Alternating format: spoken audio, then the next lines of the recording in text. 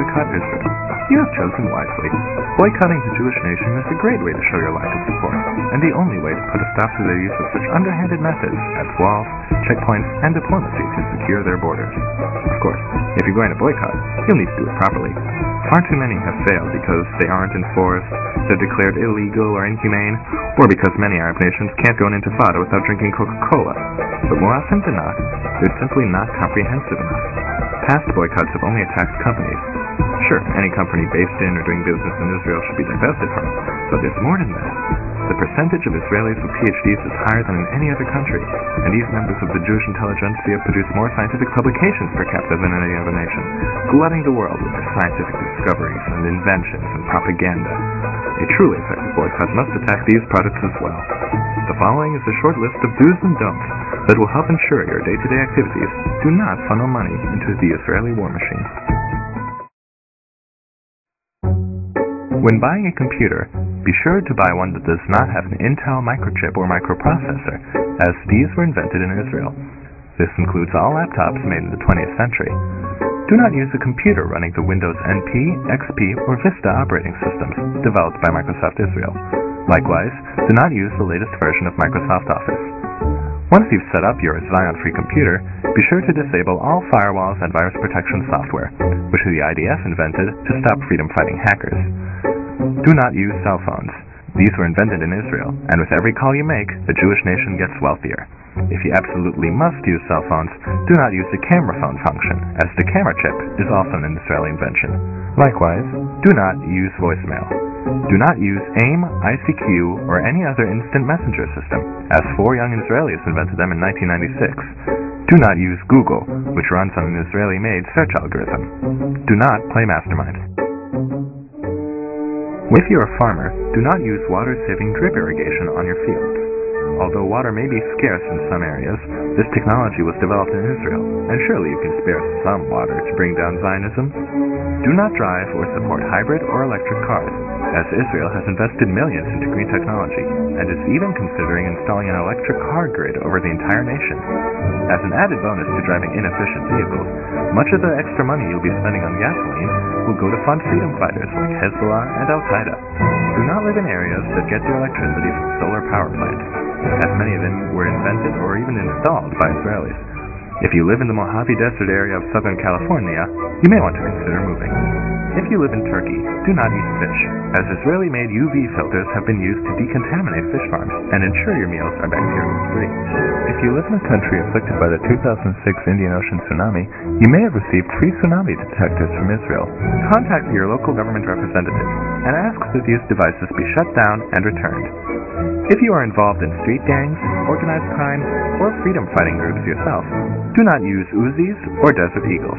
There are plenty of American-made weapons easily available to aid in your elimination of the Jewish state and its inhabitants. However, note that the United States military receives much of its ammunition from Israel. Therefore, do not serve in the United States military. Don't let politically correct liberals fool you. The stereotype of the greedy and talented Jewish doctor is tried and true. Here are some ways to ensure that Israeli medicine men don't profit from healing your sickness. When receiving medication while hospitalized, make sure the doctor writes the prescription by hand on paper, and that no computers are used to ensure proper administration of drugs. This system was designed by Israel, and the lives it saves are thus responsible for the suffering of hundreds of healthy Palestinians. Doctors, do not use Givun imaging swallowable camera pill to assist in getting gastrointestinal diseases diagnosed. Patients, do not swallow such a pill. Do not install baby sense monitors to prevent sudden infant death syndrome. Do not use the clear light method to treat acne. Soap and water will do just fine. Do not use the drug Copaxone to fight multiple sclerosis. Soap and water will do just fine. Women, please insist on using methods that require radiation for diagnosing breast cancer, as the fully computerized radiation-free alternative is an Israeli device. Doctors, do not inform your patients of the existence of this alternative. Do not donate money or blood at drives organized by a branch of the International Committee of the Red Cross. In 2006, they accepted Israel and Magen David Adom into their organization, despite the valiant efforts of the Red Crescent to prevent this over the years. If you develop a heart problem, insist that your medical practitioner not install cardiac stents to keep your blood flowing, or use a new device that helps the heart pump blood, or any other treatment, as many have been developed by Israelis. In fact, it may be preferable to eat right, exercise, and avoid smoking to ensure your heart will stay healthy, and to ensure no Jews get a chance to profit from saving your life. If your children have heart conditions, and you cannot afford surgery to save them, do not let Israeli charitable organizations like Shevet Achim or Save a Child's Heart provide them with free medical treatment.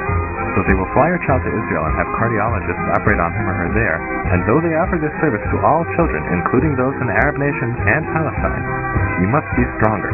This is how they install Zionist propaganda in your hearts and minds that depict Israelis as humanitarians and caring, which you know is not true. 2. Buy conflict diamonds.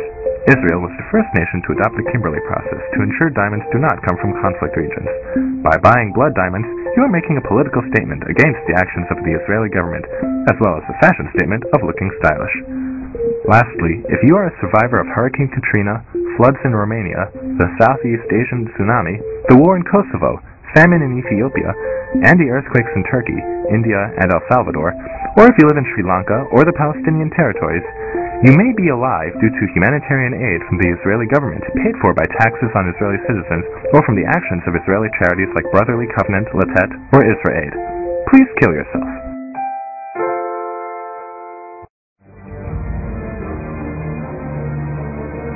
Be sure to ask your local government representative about reducing your region's cyan footprint. Also, ask administrators at your local colleges and universities to cut ties with academics in Israel. For more information, look for one of the many anti-Israel sites on the internet, or the hundreds of anti-Israel groups on Facebook. We hope you found the information in this guide useful, and wish you good luck in your efforts to bring down the Jewish nation. It will not be an easy task. Israel has a firm ideological grip on the planet. They have convinced many that they are the victims, to the point that in the United States both Democrats and Republicans take pro-Israel stances. Fortunately, not everyone has been fooled. With the help of such powerful allies and boycott advocates as the Arab League, OPEC, the British Universities and Colleges Union, the Presbyterian Church, and Jimmy Carter, you too can put an end to the Israeli success story. After all, Israel is the 100th smallest nation in the world, has no oil or precious resources, a terrible job market, and nearly all of their tax dollars are spent on military defense and humanitarian aid. They can't keep that up forever, and with the help of dedicated divestors such as yourself, perhaps one day the world can be free from Israel and go back to the way it was before.